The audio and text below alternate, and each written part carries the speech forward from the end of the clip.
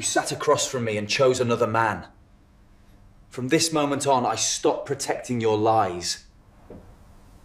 I didn't lose my marriage the day my wife cheated on me. I lost it the exact second another man walked into my living room, stood in my space, and declared my family as his property. Everything after that was just the autopsy report. His name was Austin Hale, a gym-built, protein-infused clown who thought a tight shirt and a few motivational quotes made him some sort of alpha male. My wife, Jessica, introduced him with a smile, so smug it could curdle blood. She didn't even look at me the way she looked at him. It wasn't affection, it was ownership, as if she was proud of showing off a new handbag she bought with my money. My two kids, Ethan and Mia, stared at him like he was a glitch in reality. They weren't scared yet, just confused. They didn't understand how a stranger suddenly knew their names, how he casually patted Ethan's head like he was already part of their bedtime routine, or how he sat in my leather chair, the one I bought after grinding through 70-hour work weeks, like it came with his last breath. Then he said it. Her alpha lover slapped me in front of my wife and kids, claiming he's the new man in charge. The sound didn't hurt. The humiliation did. The shock did. The betrayal did. That slap wasn't just his hand. It was Jessica's lies, Jessica's choices, Jessica's smirk landing on my face. But here's the thing no one realized in that moment. Slaps don't define men. Reactions do. Austin puffed out his chest like he'd just conquered Rome. Jessica laughed. Actually laughed, as if she'd been waiting to see me humiliated. And the kids froze, unsure whether to cry or run. I didn't shout. I didn't threaten. I didn't swing back. Not yet. I just stood there, silent, calculating. You don't win by reacting. You win by deciding what comes next. Austin leaned in, his breath thick with cheap mint gum, and said, "I'm a man now. You're done here. Done." As if my existence was a subscription she could cancel. Jessica crossed her arms, smirking like a villain in a low-budget soap opera. "Don't make this dramatic, Michael. Be mature for once." Be mature? I built the house. I funded our lives. I cooked meals while she worked late on her fantasy project called Personal Growth, which apparently meant exploring new connections. I raised the kids while she was busy finding herself. Turns out, she found herself inside Austin's gym locker room, if I had to guess. I knew something was off for months. The perfume that wasn't mine. The sudden obsession with makeup again. The manic giggles over mysterious texts. Her phone suddenly glued to her hand like it was a detonator. But this wasn't a suspicion anymore. This was the grand reveal of my stupidity. Austin spread his arms like some self-appointed messiah, waiting for applause. "Kids need a real role model," he said. "Someone who takes charge." He actually winked at my son. That was it. Something snapped, quietly, cleanly, like the click of a loaded switch.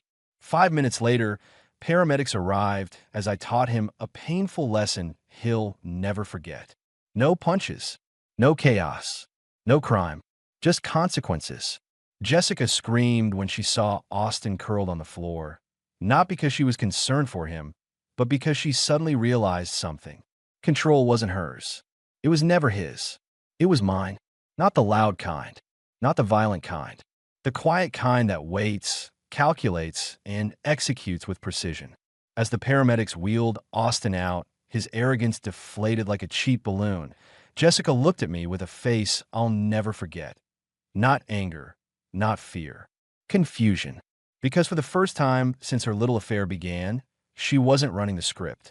She didn't know what came next. She didn't know who she was dealing with. I didn't yell. I didn't ask why. I didn't beg or plead. I looked her in the eyes and said, calm as a storm before touchdown, "We're not done. Not even close." Her mouth twitched. Her confidence flickered. She wasn't laughing anymore. What she didn't know, what she couldn't know, was that this wasn't the beginning of the end. It was the end of her beginning. Because betrayal changes a man. It doesn't break him. It sharpens him. And the blade was just starting to gleam. People like to say betrayal happens in a single moment, like a lightning strike. That's a lie. It's more like a leak in the ceiling, invisible at first, then spreading until the whole damn house smells of rot. By the time you notice it, the damage is already done. Looking back, the signs were everywhere, blinking like hazard lights I chose to ignore. I used to think Jessica was stressed, exhausted from motherhood and work. Now I realize she was simply annoyed that I was still breathing. It started subtly. She began dressing differently. Not for me, not for work, but for someone who apparently liked neon leggings and crop tops 3 sizes too small. She called it self-expression. I called it trying too hard for an audience I couldn't see. Her phone was the next battlefield. Once upon a time, she'd leave it anywhere: kitchen, sofa, nightstand. Then suddenly, she carried it like a sacred relic, screen always tilted away from me. If I walked into the room, she'd flip it over so fast you'd think it was wired to explosives. The late nights were the worst. She'd stroll in at midnight smelling of eucalyptus and male ego. She always had a story prepared, too prepared. Book club, she said. Jessica hasn't read anything longer than a shampoo bottle label since 2016. But I clapped like a fool, pretending I didn't notice her lipstick smudged in ways no cup could explain. The turning point came on a Thursday. That's the day my ignorance died. She left her laptop open, careless, sloppy, arrogant. A notification pinged in the corner of the screen. Austin Hale sent a photo. I didn't click. I didn't have to. The thumbnail was enough. His half-naked torso reflected in a gym mirror, captioned, "Missed training with you. Same time tomorrow." My pulse froze. My thoughts didn't. They sprinted. It wasn't the photo that destroyed me. It was the realization that she'd been laughing at me the entire time, feasting on my trust like a parasite while rehearsing her new life. Then came the messages, hundreds of them. Nicknames, plans, complaints about me, compliments for him, digital fingerprints of her new identity forged behind my back. My favorite one, the one that tattooed itself into my skull, read, "You're nothing like Michael. He's weak. You're a real man." Weak. Weak? I paid the mortgage. I packed school lunches. I fixed everything that broke, including her moods. But in her world, responsibility wasn't strength. Presentation was. Austin was loud, shiny, performative. He flexed. I built. Yet she chose glitter over gold. I didn't confront her immediately. Confrontations without strategy are tantrums. I needed proof, real proof. Screenshots, timestamps, locations, call logs. I documented everything quietly, methodically, like a surgeon preparing for an operation. The next clue came from Ethan, my son, without realizing he was detonating a bomb. We were driving home when he casually said, "Mom said her friend Austin might move in soon. Is he nice? Move in. Move in." Jessica wasn't having an affair. She was replacing me like a cracked phone case. That night, she strutted into the house late again, humming a song like she'd swallowed sunshine. I watched her float across the room, wearing a smile that didn't belong to me anymore. "Rough day?" I asked. She shrugged. "You wouldn't get it. Some people evolve. Some stay stuck." Then she kissed her phone. Not me. Her phone. I realized then, Jessica wasn't confused. She wasn't lost. She was proud of what she was doing, proud of dismantling our family, piece by piece, because she mistook chaos for liberation. She thought I was blind. But blindness ends when pain begins.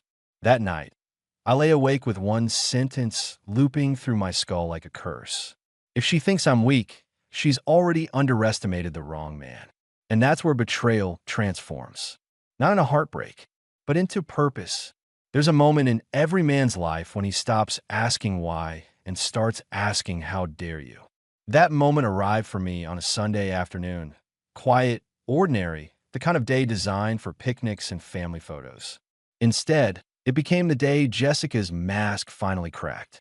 She was in the kitchen, scrolling through her phone, smiling in a way she hadn't smiled at me in years, smiling like a teenager with a forbidden crush. I didn't walk in angry. I didn't stomp or slam a door. I moved like a man who finally knew the difference between patience and stupidity. "Jessica," I said, my voice calm enough to scare even myself. She looked up, annoyed, as if my existence was an interruption. "What?" she snapped. Not yes, not hey babe, not even what's wrong, just what? Like I was a customer blocking her from closing early. I placed my phone gently on the counter between us. The screenshots glowed like nuclear fallout. Messages between her and Austin, timestamps, emojis, photos, the digital autopsy of our marriage. Explain this, I said. For a moment, she froze. Then, without missing a beat, she rolled her eyes, actually rolled her eyes. You're being dramatic, Michael, she groaned. You always overthink everything. That was her first weapon, denial. I didn't blink. You calling someone else a real man isn't me overthinking. Her mouth twisted into that poisonous smirk I once mistook for confidence. Austin listens. Austin understands me. You don't. And how exactly did he understand you without your clothes on? I shot back. She stepped closer, her voice dripping with venom. Maybe if you were half the man he is, I wouldn't have to look somewhere else. Second weapon, blame. I felt something inside me shift, not break, shift. Betrayal is funny like that. It kills the old version of you and resurrects someone who sees through everything. So this was your plan? I asked. Replace me? Rewrite the family. She didn't even deny it. The kids need strength, Michael. They need someone who knows how to take charge. Not some quiet, boring man who hides in spreadsheets and schedules. Quiet, boring, weak. It was like she needed to stack insults to justify her own rot. You mean someone who doesn't throw weights around like a circus act? I said. Jessica crossed her arms, exhaling like a queen tired of peasants. Austin is an alpha. You're comfortable. Comfortable. The insult disguised as an adjective. Comfortable pays the bills, I reminded her. Comfortable built this house. Comfortable raised Ethan and Mia while you found yourself. She scoffed. Everyone evolves, Michael. You stayed the same. There was the excuse she'd been rehearsing, self-growth. A popular justification for selfishness. Does evolving always involve someone else's husband? I asked.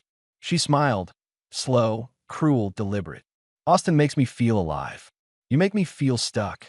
The words hit harder than the slap Austin gave me days later. Not because they were true, they weren't, but because she enjoyed saying them. What about the kids? I asked. She shrugged. They'll adapt. Children are resilient. Children adapt. Husbands adapt. Jessica evolves. Except this time, she evolved right off a cliff. How long? I asked. She didn't flinch. 6 months. 6 months of lies. 6 months of secrets. 6 months of looking me in the eyes and choosing someone else behind my back. Then she delivered the final blow with the casual cruelty of someone ordering takeout. You should be grateful. Austin's presence will make all of us better. All of us. Grateful? My hands didn't tremble. My voice didn't crack. Some men crumble at confrontation. I crystallized. You made a mistake, I told her. Jessica laughed. No, Michael. I made a choice. That's when she turned her back on me, literally, walking away like the conversation was over. But betrayal doesn't end when the liar leaves the room. It ends when the wrong man decides how the story will finish. People assume heartbreak feels like an explosion, loud, fiery, dramatic. They think betrayal arrives like thunder. But the truth is far quieter.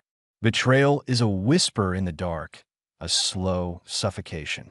It's waking up one morning and realizing the person sleeping beside you has already left. They just forgot to take their body with them. After the confrontation, something inside me didn't snap. It calcified. The house didn't feel like home anymore. Every wall seemed to echo with Jessica's lies. The space that once held birthdays, movie nights, and laughter was now a crime scene, and the killers still lived here. I remember standing in the hallway, staring at a family portrait. Jessica had her hand on my chest in the picture, her smile wide, her eyes bright. I used to love that photo. Now it felt like evidence, proof that she'd always been rehearsing for an exit. I wondered if she ever meant any of it, or if I had just been a placeholder until her ego found a shinier mirror. Nights became the hardest. Sleep turned into an enemy. My mind replayed every detail like a documentary narrated by humiliation. Every late-night work meeting, every subtle insult I laughed off, every moment she chose silence instead of affection. It all connected now, like a puzzle I was too blind to solve earlier. I didn't cry. Not once. Tears require sadness. I wasn't sad. I was hollow, like someone scooped out my insides and left the shell to walk around pretending everything was normal. I'd look at Ethan and Mia playing, unaware their mother was planning a new life without me, and the guilt would stab me. I wasn't losing a wife. I was about to lose the illusion my kids called a family. The worst part wasn't Jessica cheating. It wasn't Austin swaggering into my home, flexing masculinity like a discount action figure. It wasn't even the slap. The worst part was the slow, sour realization. She enjoyed watching me break. Her betrayal wasn't a mistake. It was a performance. Every eye roll, every smirk, every "you don't understand" wasn't a symptom of guilt. It was a reward she gave herself for believing she'd found someone superior. I found myself analyzing everything. I replayed conversations, rewrote memories, questioned my worth. There's a special kind of agony in knowing you gave someone everything, and they traded it for protein shakes and Instagram quotes from a man who thinks deadlifts are personality traits. I started losing focus at work. My friends asked what was wrong. Elite. I didn't want pity. Pity is for the defeated, and I wasn't defeated. Not yet. I was evolving into someone Jessica didn't anticipate. One night, while the kids slept, I sat alone in the living room, the same space where Austin declared himself the man in charge. I stared at that chair, the one he sat in, and something inside me shifted. I realized betrayal isn't the destruction of a man. It's the removal of his illusions. I saw Jessica clearly for the first time, not as the woman I married, not as the mother of my children, but as a hollow vessel desperate for validation. Someone who needed applause more than commitment. A person who mistook chaos for depth. That realization didn't hurt. It liberated. I wasn't grieving her anymore. I was grieving the version of me who tolerated her. The man who believed loyalty was reciprocated. The man who didn't see the storm coming because he trusted the weather forecast given by the very cloud preparing to drown him. Pain stopped being my prison and became my blueprint. I knew one thing for certain. If Jessica thought betrayal would break me, she miscalculated. Because betrayal doesn't end a man. It awakens him. Every man reaches a crossroads in his life, the moment where he either bends or breaks. Mine came quietly, disguised as a Tuesday morning, with the smell of burnt toast in the kitchen and Jessica humming while scrolling her phone, probably waiting for another affirmation text from her personal muscle puppet, Austin. She thought I was drifting, dissolving under the weight of humiliation. She mistook silence for surrender. But silence is not the absence of action. It is the preparation for it. I sat at the table, sipping coffee that tasted like metal, staring at the woman who used to be my future and was now the sharpest reminder of my past. Watching her felt like observing a stranger wearing my wife's skin. She moved through the house with a sense of entitlement that belonged to thieves, comfortable only because they assumed no one had noticed what they stole. Are we going to talk about this? I finally asked. Her eyes didn't even leave the screen. Talk about what? That sentence told me everything I needed to know. Jessica wasn't sorry. She wasn't conflicted. She wasn't even pretending. She expected me to adapt to her betrayal like it was a new Wi-Fi password, annoying but necessary. No remorse, no hesitation, just entitlement wrapped in perfume. It was in that moment I made my decision, not because of what she said, but because of what she didn't say. A woman who destroys her home without acknowledging it doesn't deserve a second chance. She deserves consequences. But consequences require finesse, not rage. So instead of shouting, instead of demanding explanations, I smiled, a calm, unsettling smile that made her finally look up. "What's funny?" she asked, narrowing her eyes. "I just realized," I said, "you gave me the greatest gift." She scoffed. "Oh, please. Victim speeches are exhausting." "No," I continued. "You freed me." The confusion on her face was priceless, like someone unplugged her script mid-sentence. "Freed? From what?" she asked. "From believing you were someone worth loving." Her expression shifted then, not to guilt, not to apology, but to something uglier. Fear. Not because she cared about me. Jessica cared about control. And suddenly, she didn't have it.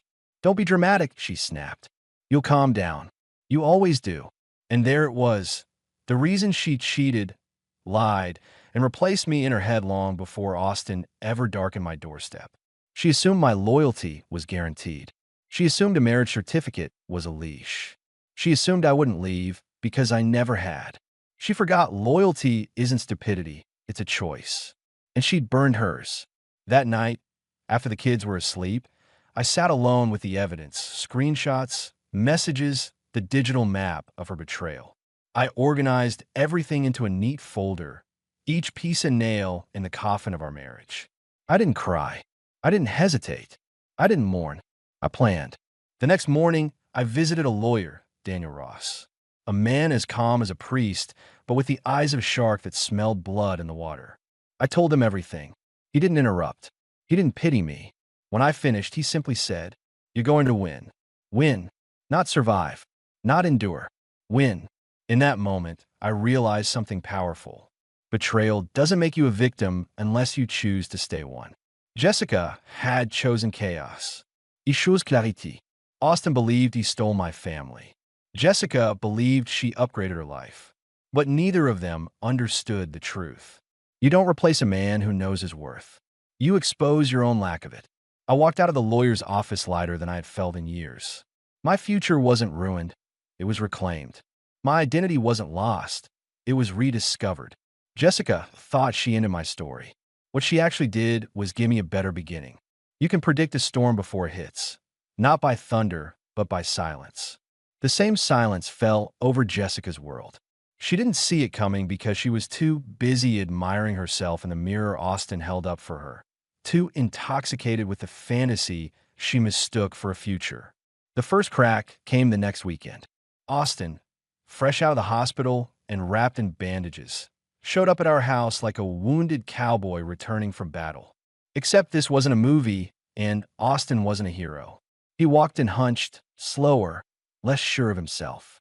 His swagger had deflated, replaced by something he'd never admit aloud. Fear. Jessica rushed to him, overly excited, like she'd been waiting for her trophy to come home. But something in Austin was off. He barely touched her. He didn't lift her for fun. He didn't smirk at me like he used to. He avoided my eyes completely. You could practically see the replay in his head of how quickly his dominance evaporated. "I thought you'd text more," Jessica said, her voice coated in irritation. Austin shrugged. "I've been busy. Busy." The word tasted sour on her face. Jessica didn't want a man. She wanted attention, an audience, applause. She had fallen for an image, her own reflection in someone else's admiration, and now the mirror was cracked. Austin sat at the kitchen table, his bandages visible beneath his shirt. He moved like touching his ribs hurt because it did. He wasn't here for romance. He was here because Jessica pushed him into a war he never intended to fight. Jessica leaned in, whispering something that was supposed to sound seductive. Austin flinched. Flinched. The same man who strutted into my house like a lion now reacted to a whisper like a nervous chihuahua. That was the moment I realized something profound. Not about Austin, but about Jessica. She didn't fall in love. She fell into obsession. And obsessions don't age well. That night, I sat in the living room, legally invisible but strategically present. Jessica marched into the room, her tone sharp, her arms crossed like a lawyer ready to argue. "What's your plan, Michael?" she demanded. I smiled. That smile again. The one that unnerves people who think they've already won. "Plans are for people who don't understand outcomes," I replied. "I don't plan. I decide." She scoffed, but I saw it. The tremor under her facade. Jessica used to be confident because she believed I would stay predictable. But the moment loyalty leaves, everything changes. She could lie to herself for months, but she couldn't lie to consequences. 2 days later, the second crack appeared. Austin didn't show up for his usual visits. Jessica called him repeatedly. No answer. She texted, left voice messages. Nothing. The silence that once made her feel powerful now suffocated her. The kids noticed. "Why isn't Austin coming?" Mia asked. Jessica forced a smile, so fake it could have been sold in a costume shop. "He's busy." There was again the lie, the word, the excuse, the beginning of her downfall. Busy. But this time, the word wasn't protecting her. It was isolating her. Later that evening, she finally got a call. She ran to her room, slammed the door, and screamed into the phone. I didn't need to hear the words. I recognized tones: anger, desperation, panic. She came out pale, shaking, pretending everything was fine. It wasn't. The man she replaced me with wasn't fighting for her anymore. He was fleeing her. Suddenly, the alpha she worshipped wasn't alpha enough to face the wreckage he helped create. Jessica didn't choose Austin because he was strong. She chose him because he made her feel strong. Without that reflection, she was nothing but an empty echo in a house she no longer controlled. Jessica had mistaken chaos for empowerment. Now, she was learning what chaos actually feels like. Not freedom, fragility. And the best part? I didn't have to destroy her. I just had to stop holding her up. There's an unspoken truth about liars. They don't fear consequences. They fear being ignored. Jessica had spent months feeding off attention like a parasite, convinced the world revolved around her whims. Now the spotlight dimmed, and suddenly she was choking in the darkness she created herself. Austin's disappearance was only the beginning. For days, Jessica paced through the house like a trapped animal, her confidence dissolving with each unanswered call. Her once perfect hair looked tangled, her designer outfits clung awkwardly, and that smug little smirk, the one she weaponized so proudly, was gone. I'd seen broken things before. Jessica wasn't broken. She was unmasked. On the fourth day of radio silence, a message finally arrived, not to her but to me. Austin's number. Just one sentence. Tell Jessica to stop. My wife knows. My pulse didn't spike. My breath didn't hitch. I simply smiled. Austin wasn't an alpha. He was a coward with abs. A man who mistook attention for validation until reality punched harder than ego ever could. Now his own home was burning, and he was sprinting from the flames, leaving Jessica to choke on the smoke. Jessica stormed into the living room, waving her phone. "He blocked me," she shouted, panic twisting every syllable. I leaned back on the couch, deliberately calm. "Seems like your upgrade came with an expiration date." Her eyes blazed with something feral. "This is your fault." There was the oldest trick of the guilty: assign blame where responsibility should be. "What part of him cheating with a married woman is my fault?" I asked. She pointed at me like an unstable prosecutor. "You push him away. You ruined everything." It was almost poetic. Jessica destroyed her marriage and now accused me of destroying her affair. Her logic was a maze built by a narcissist. Impossible to navigate, pointless to enter. I didn't argue. Arguments require two people. Delusions only need one. The next implosion came from a place she never expected. The kids. Ethan walked in holding Jessica's phone. She left it unlocked in her frenzy, something she never did before. He wasn't snooping. He was curious. "Mom," he asked innocently, "why did this man say he loves you?" Jessica froze. You could hear her soul crack. Her lips trembled. She grabbed the phone like it was radioactive, stuttering words that didn't form sentences. She tried to laugh it off, but children are born detectors of truth. Mia stared at her with betrayal so raw it didn't need words. Kids don't care about adult excuses. They care about trust. Jessica tried to reach for Mia. Mia pulled away. That recoil was louder than any confession. Jessica turned to me, eyes wet, not with guilt, but humiliation. "What did you tell them?" she hissed. "Nothing," I said. Truth doesn't need a narrator. Jessica stumbled backwards, her breath ragged. The walls she built with lies were collapsing, not because someone attacked them, but because truth doesn't negotiate. That night, I heard her crying in the bathroom. Not soft tears, ugly, primal sobbing. But not once did she say she was sorry. She wasn't mourning the marriage. She was mourning the loss of her audience. The next morning, she tried one last desperate move, her final card. "Michael," she said, voice trembling but rehearsed, "maybe we rush things. Maybe we can fix us. Us." The same woman who replaced me with a protein-sculpted motivational poster now wanted a reset. I looked her in the eyes, and for the first time in months, she saw the truth she had avoided like a mirror. I was no longer hers to hurt. "You didn't break us," I said. You erased us. Her face drained of color. Jessica thought betrayal made her powerful. What she never understood is this. Power isn't taking something from someone. Power is living without what tried to destroy you. And she had just learned. I wasn't the one who needed her. She was the one who couldn't exist without being chosen. Her collapse wasn't loud. It was silent. Because when the applause ends, actors become ordinary people. And Jessica couldn't stand being ordinary. Some endings scream. Others whisper. Mine didn't need a sound. It unfolded with the calm certainty of a man who finally understood that losing someone who doesn't value you is not a tragedy. It's a correction. A week after Jessica's collapse, I filed for divorce. I didn't throw the papers at her, didn't yell, didn't celebrate.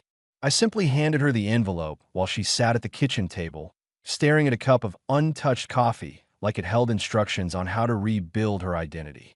Her fingers trembled as she opened it. "This is a mistake," she whispered. "No," I said, voice steady. "This is the first right decision I've made in a long time." She looked at me with a face I had never seen before. Not angry, not smug, not superior. Lost. Because Jessica had never understood love. She only understood ownership. And now the thing she thought would always be hers was walking away without looking back. "You're just throwing our life away?" she asked, desperation dripping through the cracks of her confidence. I leaned forward. "You threw it the night you invited someone else into it." She tried to assemble excuses, her usual toolkit of manipulation, but the words died in her throat. For the first time, she realized something crucial. The man she betrayed was no longer standing in front of her. A new one was. The legal process moved faster than she expected. My lawyer, Daniel Ross, was efficient, strategic, and merciless. Everything she always accused me of not being. Jessica tried to play the victim, tried to twist the story, but truth has a way of shredding theatrics. Screenshots, messages, dates, witnesses. Every lie she built collapsed under the weight of one undeniable reality. She chose her fantasy over her family. Austin? He disappeared completely. Last I heard, he was working overtime to salvage his own marriage and reputation. There were rumors his wife threw him out, that he was sleeping at a friend's place, that he avoided gyms where people whispered his name. The man who slapped me in front of my kids couldn't face his own reflection anymore. Funny how quickly alphas become amateurs when consequences arrive. Jessica tried to reach out several times. Calls, texts, voice messages dripping with nostalgia and regret. But regret without accountability isn't remorse. It's strategy. One night, she showed up at my new place. She stood outside in the rain, mascara streaked, hair tangled, wearing the expression of a gambler who bet everything and lost. "Michael," she whispered, "we were good once." "Yes," I said, "and you destroyed it because someone else made you feel special." Her voice cracked. "I thought I deserved more." "You did," I replied, "but more doesn't mean better." She closed her eyes, tears sliding down her cheeks.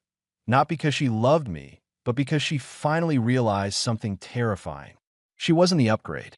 She was the downgrade someone temporarily chose. I stepped back into my house, leaving her in the rain, not out of cruelty but closure. I owed her nothing else. Months passed. I focused on the kids, my health, my work, and something I hadn't felt in years. Peace. Real peace. Not the silence of two people avoiding each other, but the quiet certainty of a life that belonged to me again. I didn't rush into dating. I didn't need validation. When someone breaks you, healing doesn't begin with someone new. It begins with someone true. Yourself. If there's anything I learned from this, it's this. A relationship isn't ruined when someone stops loving you. It's ruined when someone stops respecting you. And respect dies long before love does. Jessica didn't destroy me. She revealed me. She didn't take my worth. She exposed hers. And if you're reading this, wondering what to do when betrayal enters your home, remember this. Loyalty is priceless. Never bargain it with someone who treats it like spare change. Walk away, not because you lost, but because you finally understood. You were never the one who wasn't enough. They were.